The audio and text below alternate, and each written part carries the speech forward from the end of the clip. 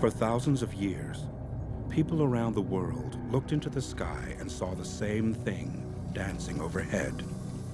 Ursa Major, the Great Bear. Some believed the bear had special powers, that it could move magically between sky and earth.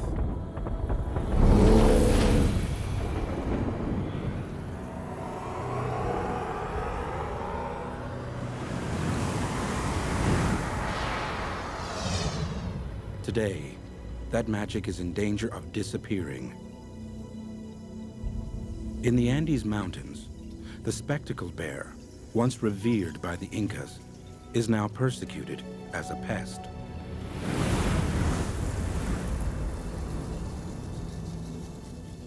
In parts of India and Sri Lanka lives the sloth bear. No one really knows how many still survive.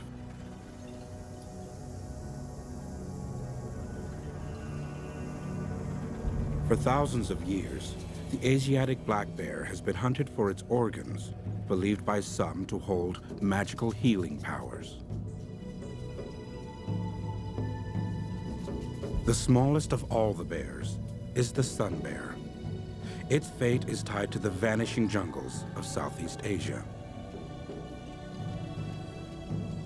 Despite efforts by organizations like the San Diego Zoo and the Smithsonian Institution, the giant panda hovers on the brink of extinction.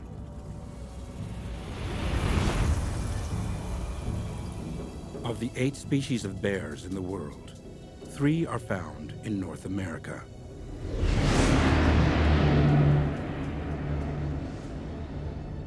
Here, the magic of these creatures lives on.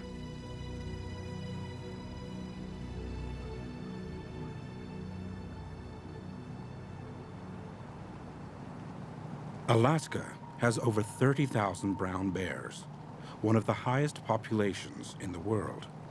And that's exactly why Chris Day has made it her home. Chris is a naturalist and wilderness guide who's lived among wild bears for nearly 15 years. Her approach to these creatures is unusual. I worry about the bears all winter long. I wonder how they're doing, how many cubs have been born. In the spring, I just can't wait to get out to see them.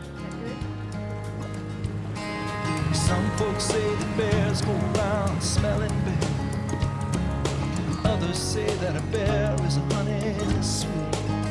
And some folks say this bear's the best I ever had. And some folks got a bear beneath their feet. Some folks drive the bears out of the wilderness. And some to see a bear will pay a fee. And me, I just bear up to my bewildered best. And some folks even see the bear in me.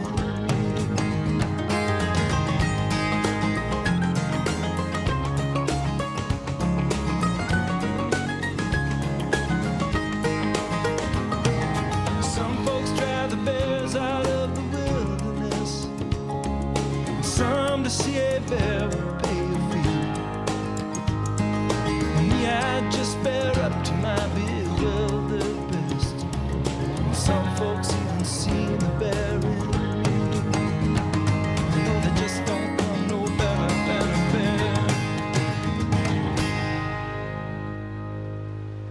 Brown bears are found across much of the northern hemisphere. In North America, they're often called grizzlies. In this part of southwestern Alaska, thousands leave their dens every spring, and Chris has become an expert at knowing where to find them.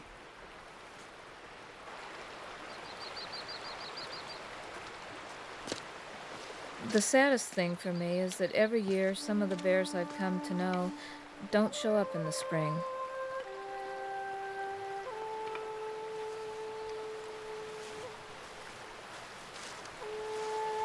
This bone can provide information on the size and condition of the bear, but it won't tell me which one it was. I just hope that it doesn't belong to one of my favorite bears.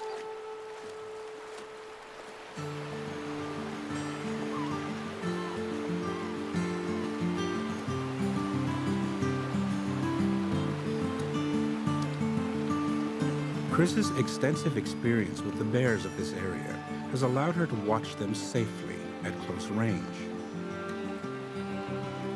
Over the years, they've become accustomed to her, and Chris has given them names to help identify them.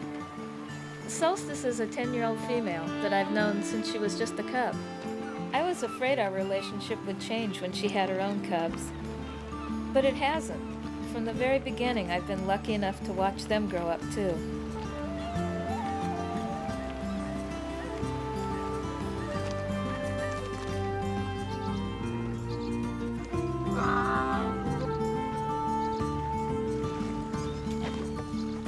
In Alaska, cubs usually stay with their mother for 2 to 3 years before they go out on their own.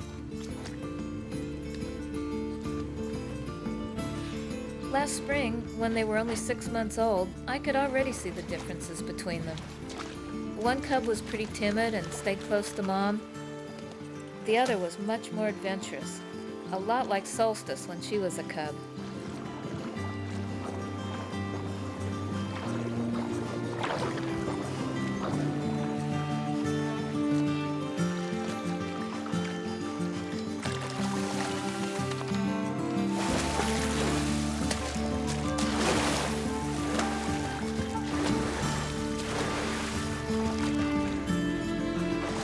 In all the years I've spent with the bears, watching them fight, play, raising their young, I felt a lot of emotions, but I've never felt afraid. I've never once felt threatened by a bear. Understanding the personalities of the individual bears is crucial to Chris's success as a guide. Before she can safely bring people out to see the bears, she must be confident about how the animals will react.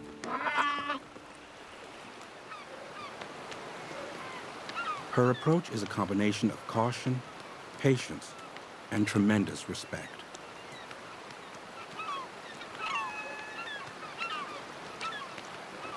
Chris's attitude may seem unusual today, but in the past, many of North America's native peoples had a close relationship with the bear.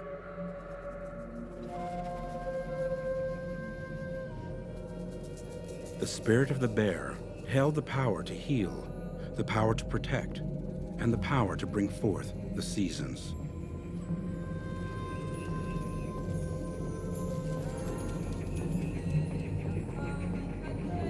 Every fall, they watched the bears disappear as if entering the grave, and then miraculously return from the dead, bringing with them the spring and new life.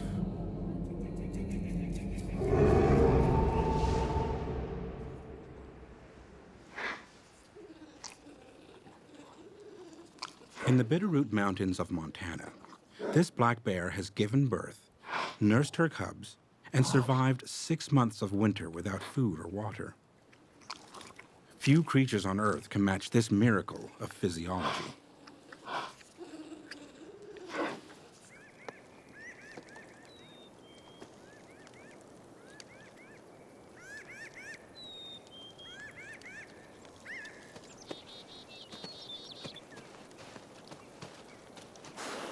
Hungry as she is, the mother's urge to find food is overridden by her need to stay close to her helpless cubs.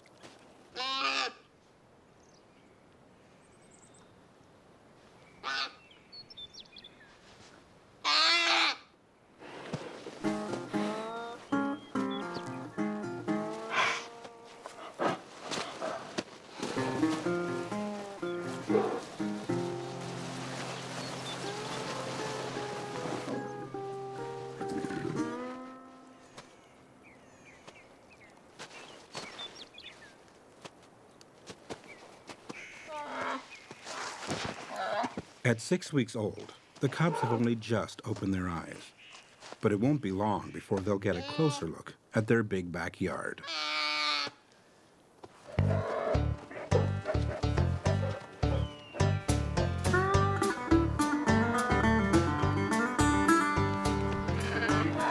Black bears are found in forests across North America. Their number one defense is to climb a tree, but it's not something you learn your first day at school.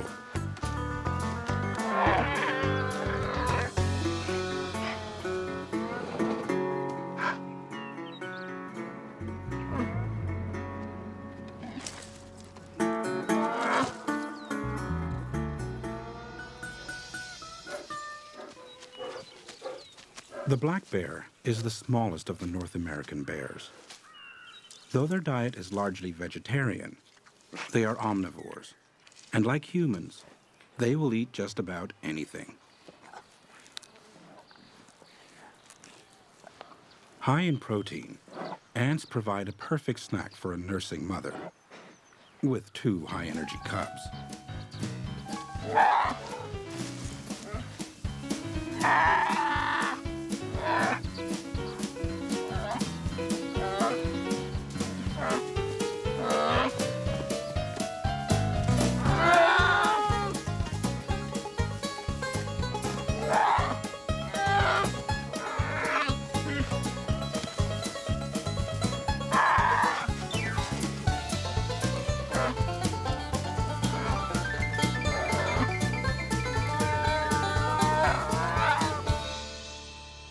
A black bear's backyard is as big as its appetite. The mother will follow her nose and her memory in an endless search for food.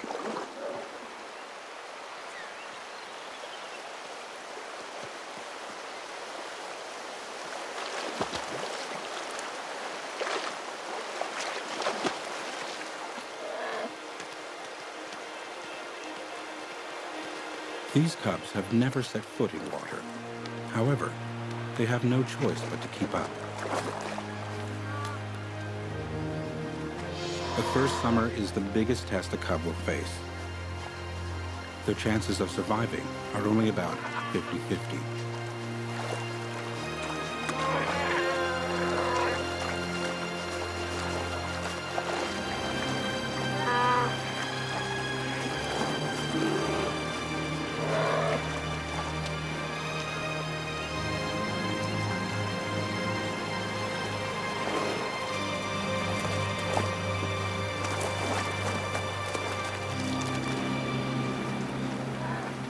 Every obstacle they overcome is a testament to the spirit of the bear.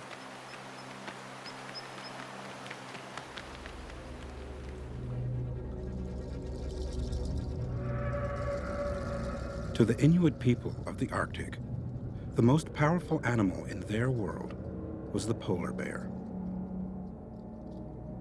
It was believed their spirits were interchangeable, that human and beast were one.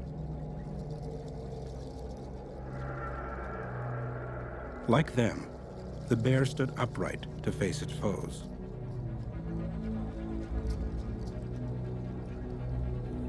Like them, it roamed the frozen ocean in search of seals.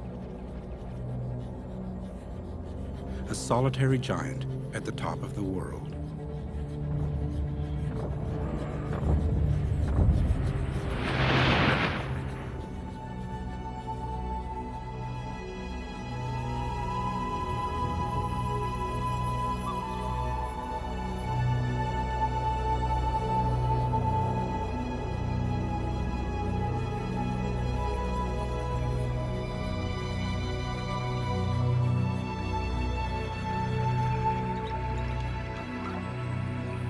In the northern parts of their range, some bears never set foot on land. Further south, it's a different story.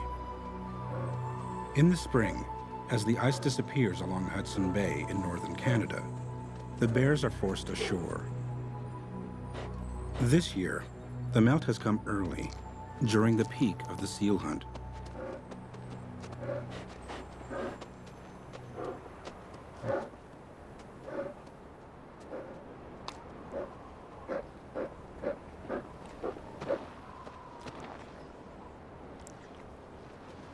The polar bear is the largest land predator in the world. The true giants weigh nearly a ton. While spring is a time of plenty for many species of bear, for these bears, it's the start of famine.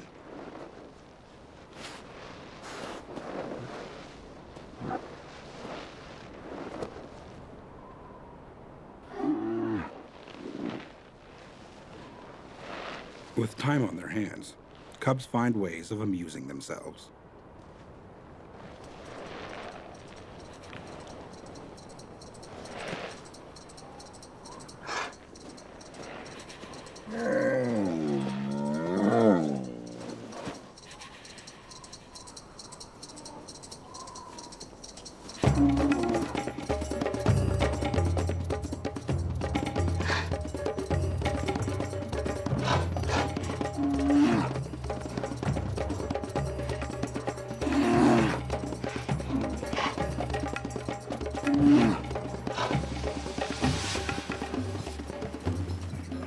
hunting and breeding, males are savage foes. But marooned together on land, they become tolerant playmates, engaged in rolling ballets of teeth and claw, strange tangos on the tundra.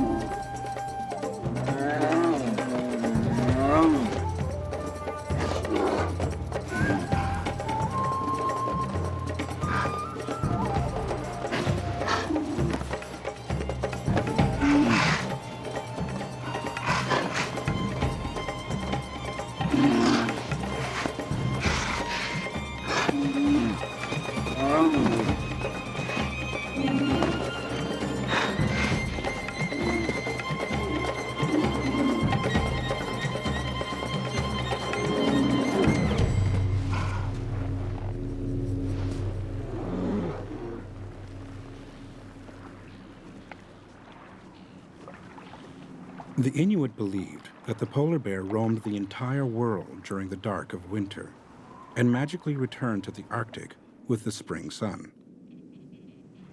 Their name for the bear was Nanook. Native peoples knew the bear by many names. The Blackfeet Indians called the black bear Kiayu, meaning bear. They called the grizzly Nita Kiayu, which meant real bear. The scientific name for the grizzly is Ursus arctos horribilis. And other signs of the bears, there might be footprints, tracks, you might see areas where they've dug, searching for insects. This part of Alaska is one of the best and safest bear viewing areas in the world. Guided by experts like Chris Day, every summer, a lucky few get the experience of a lifetime. Beautiful. I bring people out to see the bears because I feel it's the best way to change how we look at these animals. When we first start out, people are apprehensive, and some are really afraid. But when they see their first bear, they begin to relax and even enjoy themselves. There are two of them. Oh, there's another one just to the right, coming out of the grass. You see that? Yeah, beautiful. Can we get any closer? No, let's just be still here. If they're comfortable with us, they'll come closer to us on their own.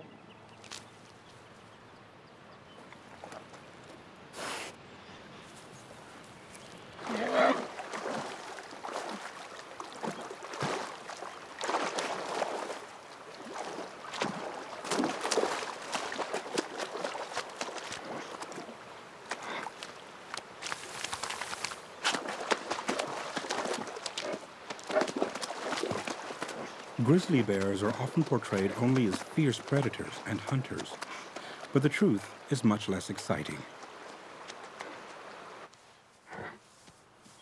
When they first come out of their dens, they feed mostly on a grass-like vegetation called sedge. In some ways, they are more cow-like than killer.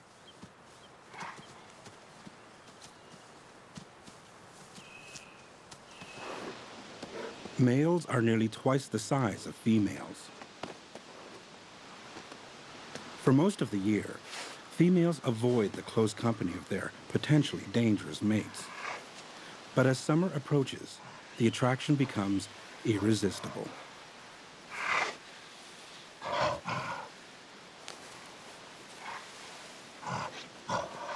It's the only friendly contact they'll have. After fertilization, the male plays no role in parenting.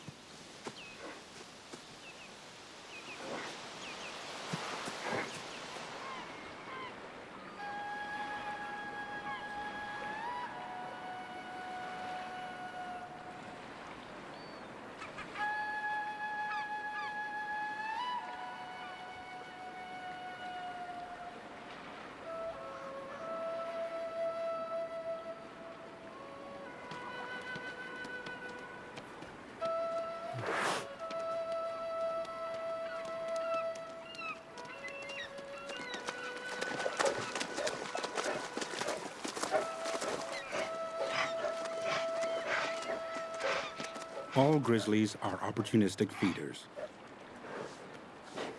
Clams may not provide much in the way of nourishment, but they're a delicacy, a welcome break from a diet of sedge salad.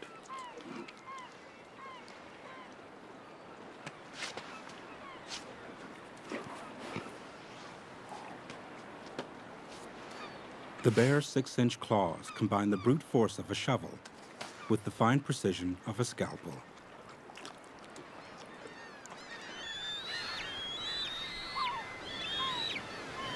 As summer approaches in Alaska, a long-awaited signal goes out across the land like a special invitation to a dinner party. The river begins to swell with salmon returning to their ancestral spawning grounds. For the bears, it's an event not to be missed. For Chris Day, it's a chance to introduce new friends to old. What do you think? Sometimes we just really get lucky. The right people, the right situation, and the right bear. Scrappy's a 5-year-old.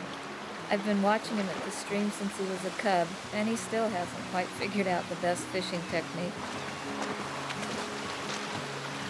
In some ways, juvenile bears are a lot like teenage kids. They're really impatient and don't always get what they want. Let's get it just a little closer.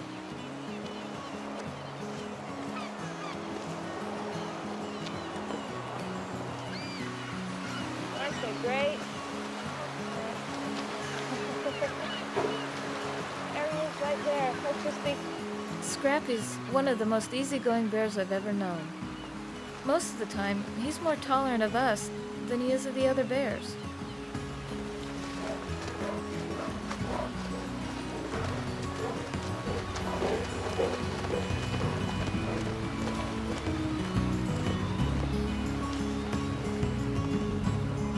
That probably happens, eh? Oh my goodness.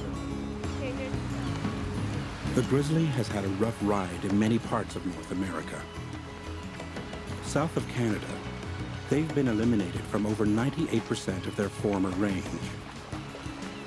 Chris has been promoting the protection of the remaining bears and their habitats. If I can give people the opportunity to see bears the way that I have, I know the bears will do the rest. They'll dispel the myths, and I hope that every one of those people leaves as an ambassador for the bears.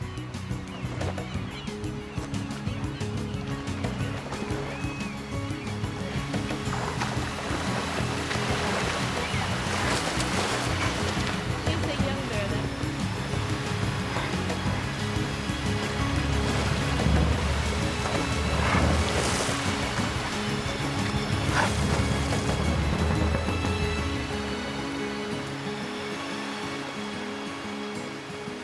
Why?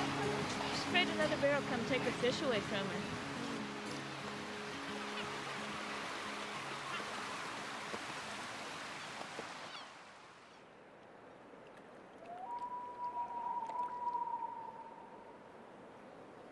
Bear attacks on humans, although rare, usually happen through carelessness or just being in the wrong place at the wrong time.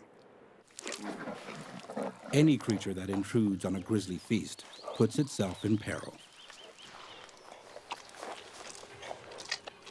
This applies to both man and beast.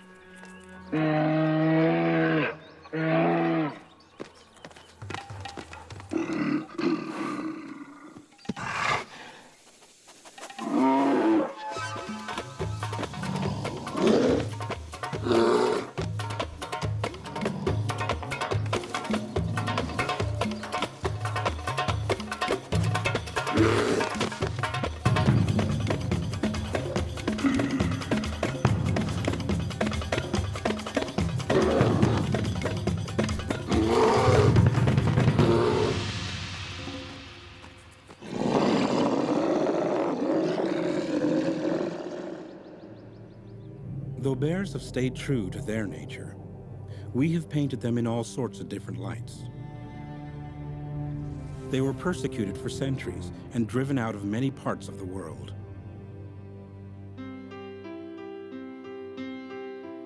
It was a chance encounter that helped turn the tide of feeling. A hunting trip brought Teddy Roosevelt muzzle to muzzle with a cub. In a moment of compassion, the American president chose not to shoot the defenseless animal. The story spread and led to the creation of a new toy in his honor, the teddy bear. It was a spark of hope for bears everywhere.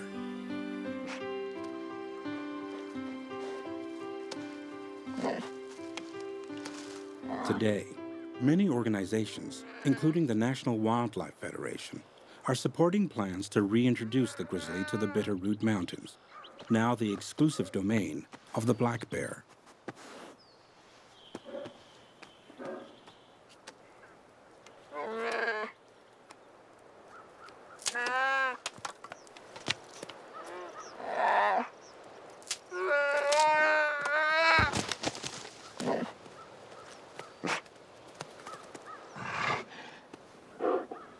Against the odds, both black bear cubs have made it through their first season.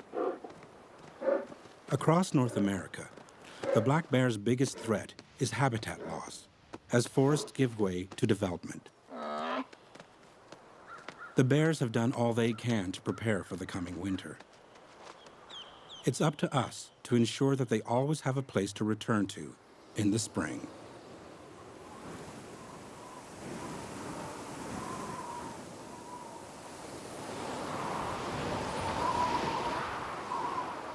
The polar bear faces threats of a very different nature. As winter begins to take hold along Hudson Bay, the hungry bears are restless, waiting for the ice to form and the seal hunt to begin. The famine is almost over.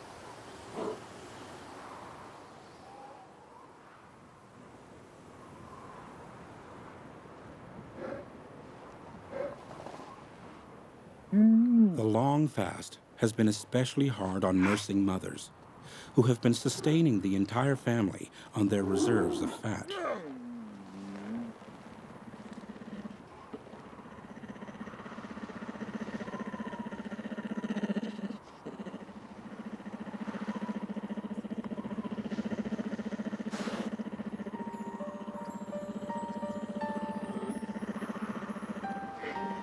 A cub's greatest danger at this time of year is from other bears.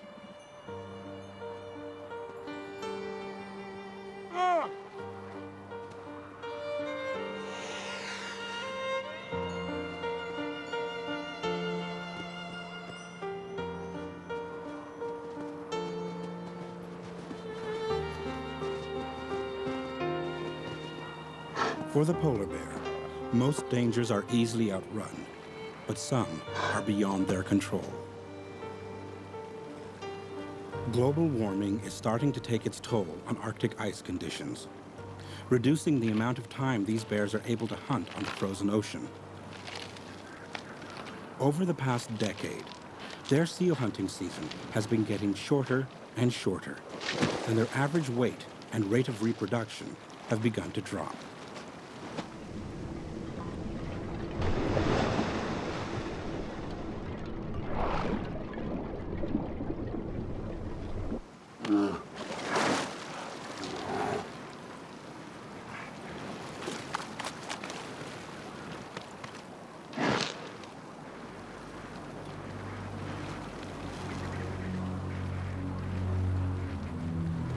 The Inuit believe that polar bears have the power to see the future. If so, what future do the bears see for themselves?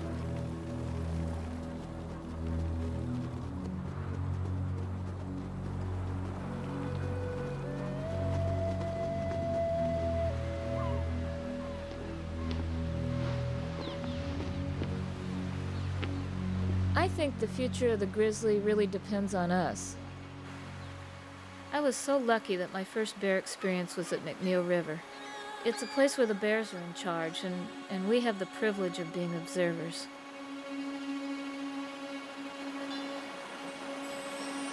To me, it's one of the great wonders of the world. It's a place that gives me hope.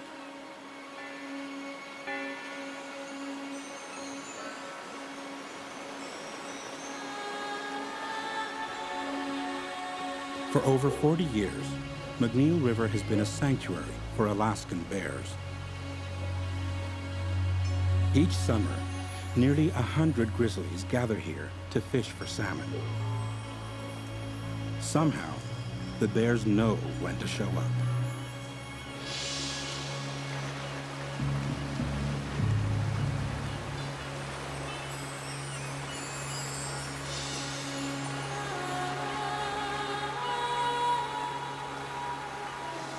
These males are some of the biggest grizzlies on the planet. They're loners as a rule, but they overcome their natural dislike of each other for a place at the table.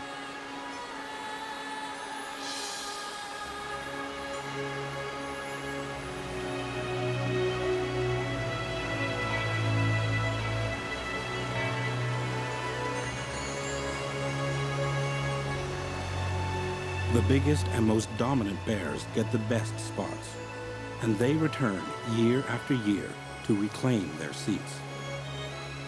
There's a lot riding on the success of this banquet. It must sustain them through the coming winter.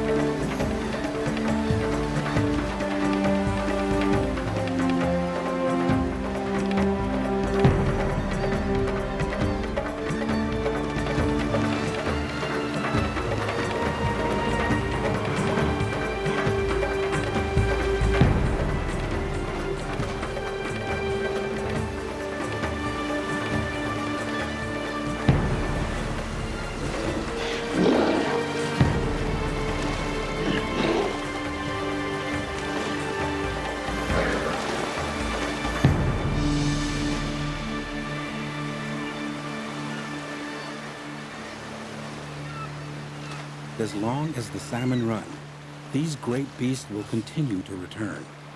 A constellation of giants helping to keep alive the magic of the bear on Earth. It's my hope that 1,000 years from now, someone will still be able to stand in this place and see what I've seen and even feel what I've felt.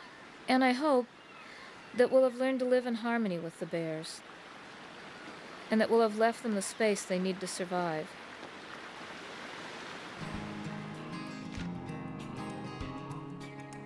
Bears are more than just mythical beasts. They are a sign of the health and balance of the wild places they inhabit. They are the spirit of the wilderness.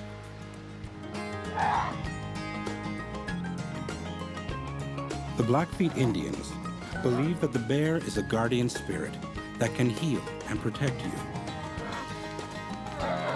Perhaps it's our turn to be the guardian spirits of the bear.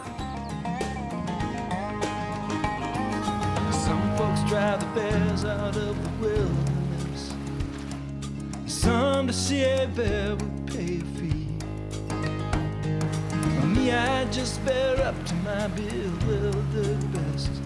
And some folks even seen the bear in me. So meet a bear and take him on out to lunch with you. Even though your friends may stop and stare, just remember that's a bear there in the bunch with you. And they just don't come